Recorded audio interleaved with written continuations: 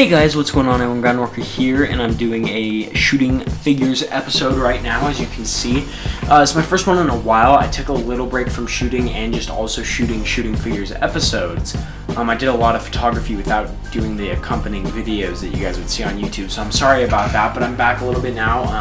I've been very busy, as you you guys are going to get an overview of the props that I've been working on. I did a set of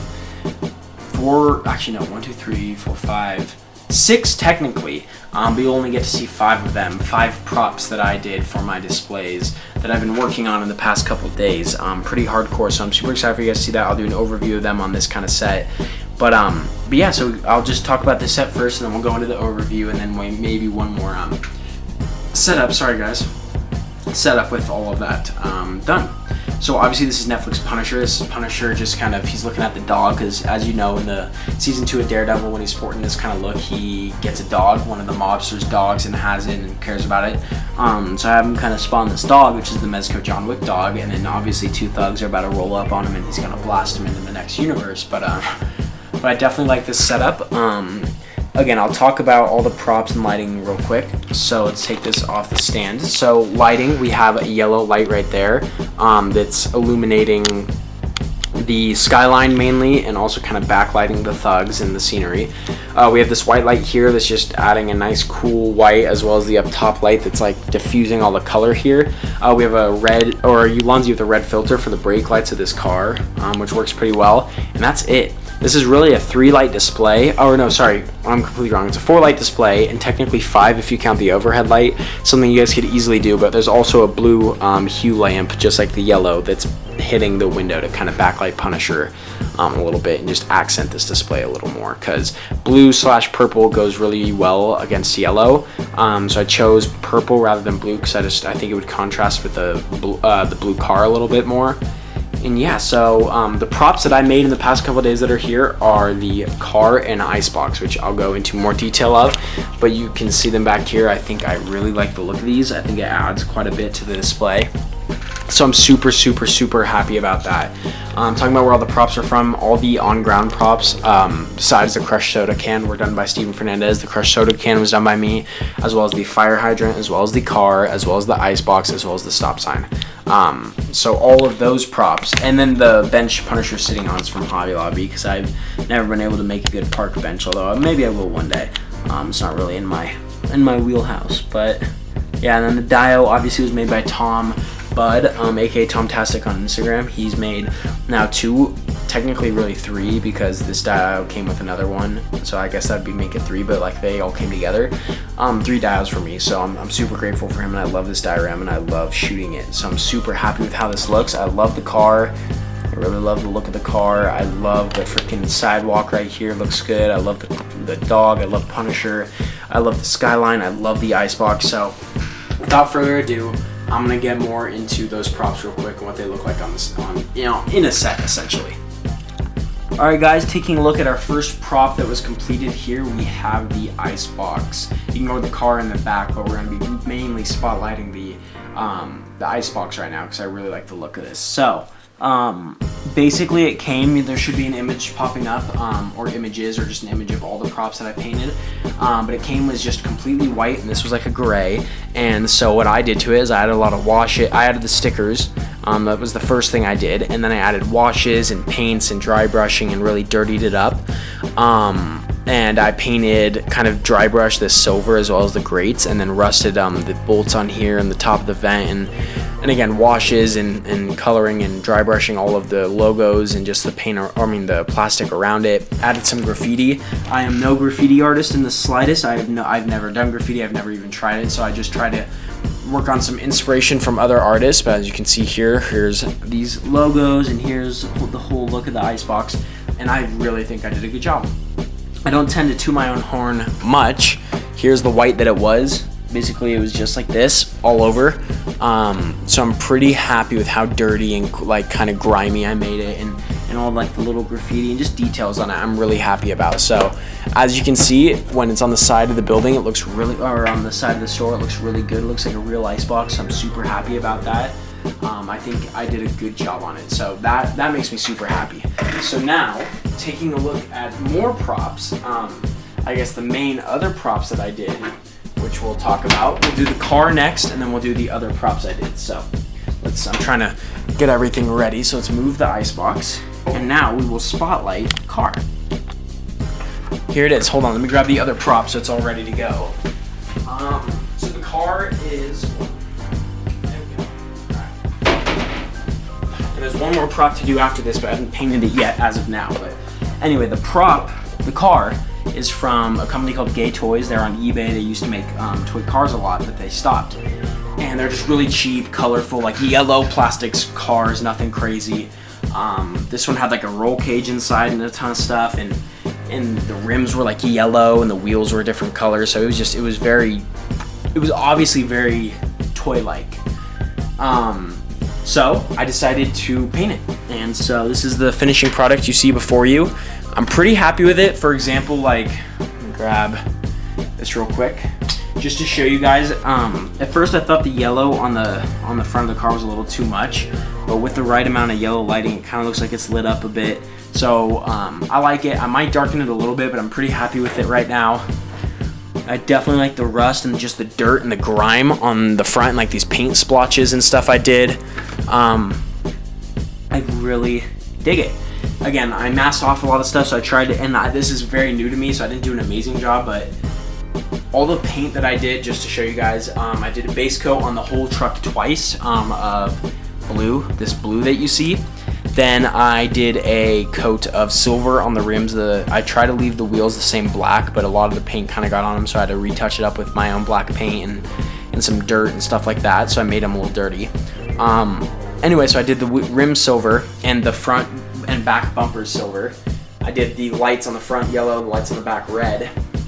And then other than that, I did a lot of weathering with dry brushing and you know, just washes to really outline the sculpt of the lines on the door and stuff. Here's the rear. So this didn't have any sculpted lights at all, so I just kind of drew some lines roughly and I'm going to put a license plate on it, but I drew some lines roughly for where the tail lights would be. And again, with red lighting, it looks good, so that's awesome. And then again, there's more dirt and paint splatter, and I scratched it up a little bit in certain areas, and I'm really happy with how that came out as well. I definitely want to get more of the toys from this company, Gay Toys, that way I can really, I want to get more of the cars from this company, because a lot of them are a little bigger. This is a little small, still works with 1/12 displays, but a little small, just like Adam Smith has always said, they run a little small, but they're pretty good. So I definitely want to get a couple more to customize and maybe sell to people, because I'm pretty happy with how this came out for my first trial, I guess, and I want to see what I can do for other people. So that's the car. Next, we'll talk about street props. We got the concrete barrier. I'm really happy with how this came out. I had no idea how it was going to come out. It was like a dark gray color. I just tried different stuff. I didn't know how these lines would come out because I hadn't masked off stuff before, so I'm super happy with that. Here's the back. So the back I graffitied and just dirtied up a little more. And I didn't do the lines, but on the front side I did. Still with graffiti, but I did the lines, and I'm really happy I did, because this is like a concrete barrier in a work site or in an alley or something. Works super good. Well, like, I mean, I'm really proud of this. So I'm proud of all the props, but I'm really proud of this. So I think this was a really cool piece I did, and I'm super excited to explore it more. So that looks good in the display. Next, there's 2 more props left. We have one of my favorite pieces, the mailbox. I really do love the way this came out. I think I'm really proud of this, the way this came out. It looks good on the street. It just is, it's a good prop. Obviously graffiti and logos, and I mean, it has it all. I'm pretty stoked about this. So this came in a very, very light blue color. I don't think it's anywhere on here, you can see it, but it came in a very light blue color. So I did 2 base coats of the blue that I used on the car. On this, I got this blue for this, and then used the blue on the car. But anyway, I added the logos in the certain areas. I put washes on it. I dirtied it up with dry brushing in certain areas. I added a little bit of graffiti. I didn't overdo it. I didn't want to make it too dirty, but it's in keeping kind of with just the grimy tone of where it's at. So I'm super happy. This is a great little background piece, or you know, if you want it to be a foreground piece, it's a great foreground piece because it can look good up close. I'm so happy with how this turned out. So this is an amazing prop. I'm super happy I finally own. And the last prop doesn't go with this alley setting at all, but I'm still happy about it. How big is it? I think it's a little, there we go. is a locker. Just to show you guys in comparison to a 112 figure, I think it's plenty big. It might even be too big. I haven't actually compared it yet, but I think it works pretty well. Let's just double check. Oh yeah, that works well. That definitely works well. I mean, this is a good size locker. But anyway, so here it is. It's meant to be like obviously an old, beaten down, just put in a shed or a basement of some kind, school locker. In a warehouse, I don't know. So there's paint splatter on it. There's little kind of tags of graffiti like students that did stuff students did. Here's the side of it. Obviously, you got some monster logos and a little more graffiti and just paint splatter on the edges and dirt and stuff. And on the back, you got a lot of splatter as well, which I'd never shoot from the back, but that's that. And then the side, you have an Endgame poster on the side and a can of peace thing and like a little graffiti and paint splatter. And yeah, and it opens up. No paint rub when it opens up that I've noticed, so that's awesome. Works pretty well. I doubt I'll shoot it when it's open up like this. Maybe like half opened, kind of like this or something, but I mean, I really do love the way this came out. So this is a really cool prop too. And as you know, I'll put them all together to look weird, but here's all our same blue props.